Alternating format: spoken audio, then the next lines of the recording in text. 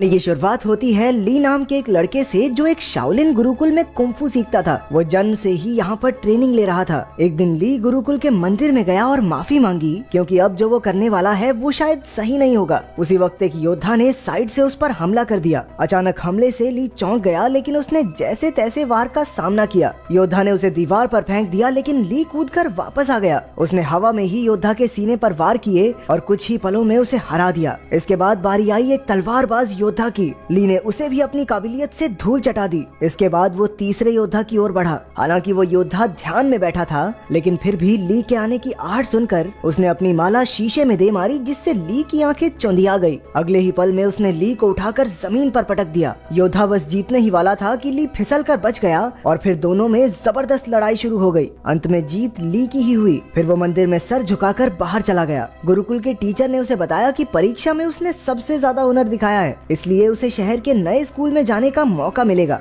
शहर में वो 3 लोगों के परिवार के साथ रहेगा, जिसमें 2 बच्चे और एक उनका पिता है। वो आदमी दरअसल एक साइंटिस्ट है जो गुरुकुल के टीचर को जानता था। इसके बाद ली नए शहर की ओर रवाना हो गया। नए स्कूल में एक 15 साल का लड़का फैंग था जो टाइकोंडो का खिलाड़ी था। उसकी छोटी बहन शैन शैन अपने भाई से बेहद प्यार करती थी। स्कूल के टाइकोंडो क्लब को लैन संभालती थी। वो फैंग के मुकाबले देखकर उसे उसकी कमियां बताती थी ताकि वो और बेहतर हो सके। लैन का भाई तो एक नंबर का पेटू था। उसे हर वक्त खाने के सिवा कुछ नहीं सूझता था। वो चारों अच्छे दोस्त थे और आसपास ही रहते थे। दरअसल ली लैन के घर ही रहने आने वाला था। उनके पिता डॉक्टर हैन कड़ी मेहनत से काम में जुटे थे। उसकी पत्नी कई साल पहले गुजर गई थी, तो अब वो काम में मस्त रहता था। वो एक खास डिवाइस तैयार कर रहा था जिस पर शहर के गुंडों की नजर थी। डॉक्टर हैन ने बच्चों को कॉल किया, पर लैन खुश नहीं थी क्योंकि उसके पिता कभी घर ही नहीं आते थे। डॉक्टर हैन ने जल्द ही आने का वादा किया और उन्हें एक तोहफा खोलने को कहा जो उसने घर पर भिजवाया था। असल में उस डब्बे में वही डिवाइस था जो वो गुंडे चुराना चाहते थे।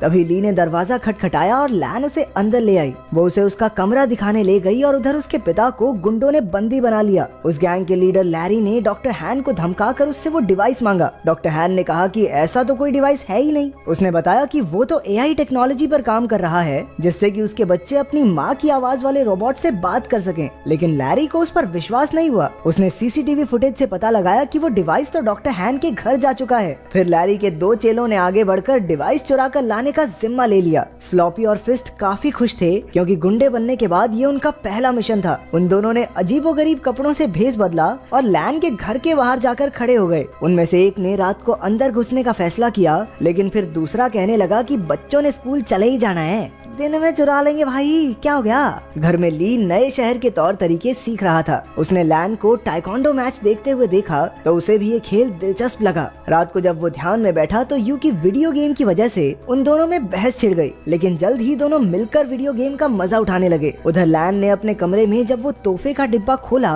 तो उसमें एक पांडा की चेन निकली। वो नहीं जानती थी कि दरअसल ये पांडा वो पेन ड्राइव है जिसके पीछे वो गुंडे कब से पड़े हैं। जब लैन ने बटन दबाया तो पांडा ने उसे पासवर्ड रखने को कहा। तभी लैन ने कहा कि कैसा पासवर्ड, और अनजाने में यही पासवर्ड सेट हो गया। फिर पांडा को ऑन करने पर उसे पता चला कि उसमें उसकी माँ की आर्टिफिशियल इंटेलिजेंस वाली आवाज है। अगली सुबह ली यू और लैन के साथ स्कूल के पहले दिन के लिए निकल पड़ा। उन दोनों गुंडों ने बच्चों को बाहर जाते देखा और अपने प्लान को अंजाम देने का फैसला किया। लेकिन तभी उनमें से एक की नजर उस पैंडा की चेन पर पड़ी जो लैन ने अपने बैग से टांग रखा था। अब उन्होंने लैन से वो डिवाइस छीनने का प्लान बनाया। रास्ते में लैन ने ली को फैंग से मिलवाया। उसी वक्त एक गुंडे ने चुपके से की चेन चुरा ली और वहाँ से भाग गया। तभी ली ने उसे देख लिया और अपनी फुर्ती दिखाते हुए उसने गुंडे को झट से पकड़ लिया। तभी फैंग भी उसका साथ देने आ गया और दोनों ने मिलकर उस गुंडे की खूब धुलाई की। लेकिन वो गुंडा अब भी नहीं माना और एक बार फिर से पैंडा चुरा कर भाग निकला। अब की बार उन सभी दोस्तों ने मिलकर उसे कचरे के डब्बे में फिट करके सड़क से लुढ़का दिया। फिर स्कूल में ली की क्लास के बच्चे एक शाओलिन योद्धा को देखकर हैरान रह गए। वो उससे पूछने लगे कि क्या कभी वो शादी कर सकता है। वो उससे उल्टे पुल्टे सवाल पूछने लगे। तुम कभी शादी कर सकते हो क्या? भाई कुंफू करके दिखा दे भाई। हाँ, एक बार दिखा दो। हाँ, एक बार भाई, एक बार कुंफू करके दिखा दे भाई, मजा आ जाएगा। आखिरकार टीचर ने उन्हें शांत करके कहा कि ये सब खेलने के पीरियड में करना। खेलने के पीरियड में उनके कोच ने बताया कि अगले महीने उनकी चुस्ती फुर्ती की जांच होगी और जो कोई इसमें पास नहीं होगा वो अगली क्लास में नहीं जा सकता। ये सुनते ही यू की हालत पतली हो गई क्योंकि वो बहुत मोटा था। भगवान जानता है भाई साहब कितनी मुश्किल से चलते थे। फिर कोच ने सबसे 100 मीटर की दौड़ लगवाई। ली ने तो समय से पहले ही 2 चक्कर पूरे कर लिए, जबकि बाकी बच्चे अभी पहले चक्कर में ही थे। इसके बाद उन्हें पुशअप्स करने के लिए कहा गया, जिसमें अपना ली पहले से ही माहिर था। उसने 100 से भी ज्यादा पुशअप्स किए और बाकी बच्चों से तो 2 भी नहीं हुए। बाद में तो उसने एक हाथ से पुशअप्स करने शुरू कर दिए। उसकी काबिलियत देखकर सभी बच्चे कूदने लगे। फिर बारी आई ऊंची छलांग लगाने की। ये तो ली के बाएं हाथ का खेल था। बेचारा यूं तो मुंह के बल नीचे गिर पड़ा। वहाँ डॉक्टर हान की लैब में लैरी ने उन्हें कुर्सी से बांध रखा था और उसे गोल्फ बॉल से पीट कर परेशान कर रहा था। रात को वो दोनों गुंडे मौका देखकर लैन के घर में घुस आए। तभी ली की नजर उन पर पड़ गई और वो एक खिलौने के पीछे छिपकर उन्हें डराने लगा,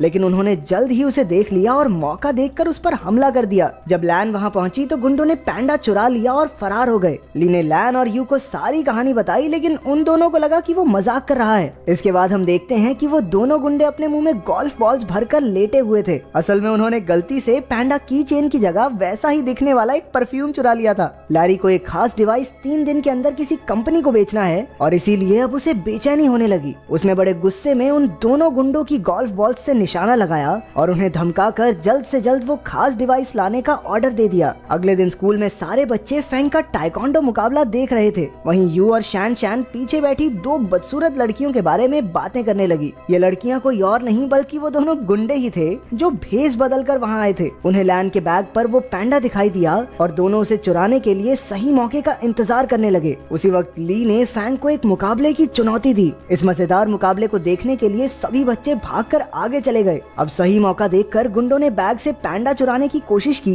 लेकिन इस चक्कर में उनके नकली बाल वहीं फंस गए। उधर मुकाबले में फैंग और ली में जबरदस्त टक्कर हो रही थी। दोनों ही एक दूसरे पर भारी पड़ रहे थे। आखिरकार दोनों ने एक दूसरे को ना मारने का फैसला किया और मुकाबला खत्म हुआ। उसी वक्त सबने पीछे मुड़कर उन दोनों गुंडों को पहचान लिया। बच्चों ने मिलकर उन पर हमला बोल दिया, लेकिन इस बार वो एक बच्ची को मारने की धमकी देकर पैंडा डिवाइस लेकर भाग गए। फिर बच्चे मिलकर प्रिंसिपल के पास गए और पुलिस को बुलाकर सारा माजरा समझाया। वहीं ली खुद को इस सब का जिम्मेदार समझ रहा था, क्योंकि अगर उसने फैंग को चुनौती नहीं दी होती तो लैन अपने बैग से दूर ही न जाती। लेकिन बाकी बच्चों ने उसे दिलासा दिया कि ऐसा नहीं सोचना चाहिए। आखिरकार लैरी के हाथ वो डिवाइस लग गया और उसके जरिए उसने कंप्यूटर पर एक प्रोग्राम चलाया, लेकिन उसे इस्तेमाल करने के लिए पासवर्ड की जरूरत थी, ये वो नहीं जानता था। उसने कुछ प्रोग्रामर्स को बुलाकर लॉक खोलने के लिए कहा, लेकिन पूरा दिन बीतने पर भी कुछ हाथ नहीं लगा। अब लैरी के गुस्से की सभी हदें पार हो गई थी। तभी उसने डॉक्टर हैन के फोन पर उसकी बेटी का मैसेज देखा। लैन चाहती थी कि उसके पिता उसके जन्मदिन के लिए कल घर आ जाएं।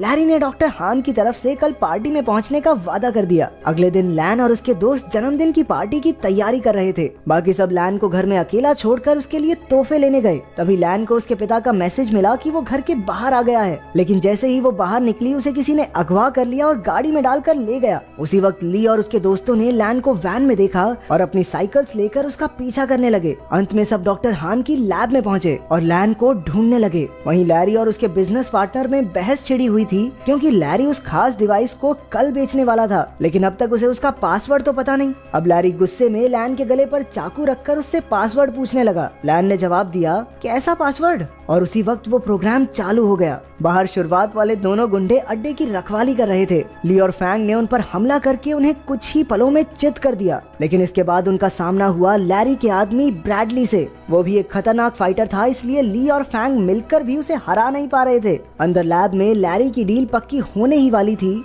कि उसी वक्त यू ने आकर चुपके से अपनी बहन और पिता को रिहा कर दिया। ली ने भी वहां पहुंचकर गुंडों का मुकाबला किया। उसी वक्त लैरी पेन ड्राइव वाला बैग लेकर बाहर की ओर भागा, लेकिन डॉक्टर हान, यू और लैन ने मिलकर उसकी धुलाई कर दी। ली एक बार फिर से ब्रैडली के साथ मुकाबला करने में फैंग का साथ देने पहुंच गया। आखिरकार वो दोनों मिलकर उसे हराने में कामयाब हो गए। अंत में पुलिस भी वहां पहुंच गई और सारे गुंडों को पकड़ लिया। बाद में ली और यू को उनकी बहादुरी के लिए प्रिंसिपल ने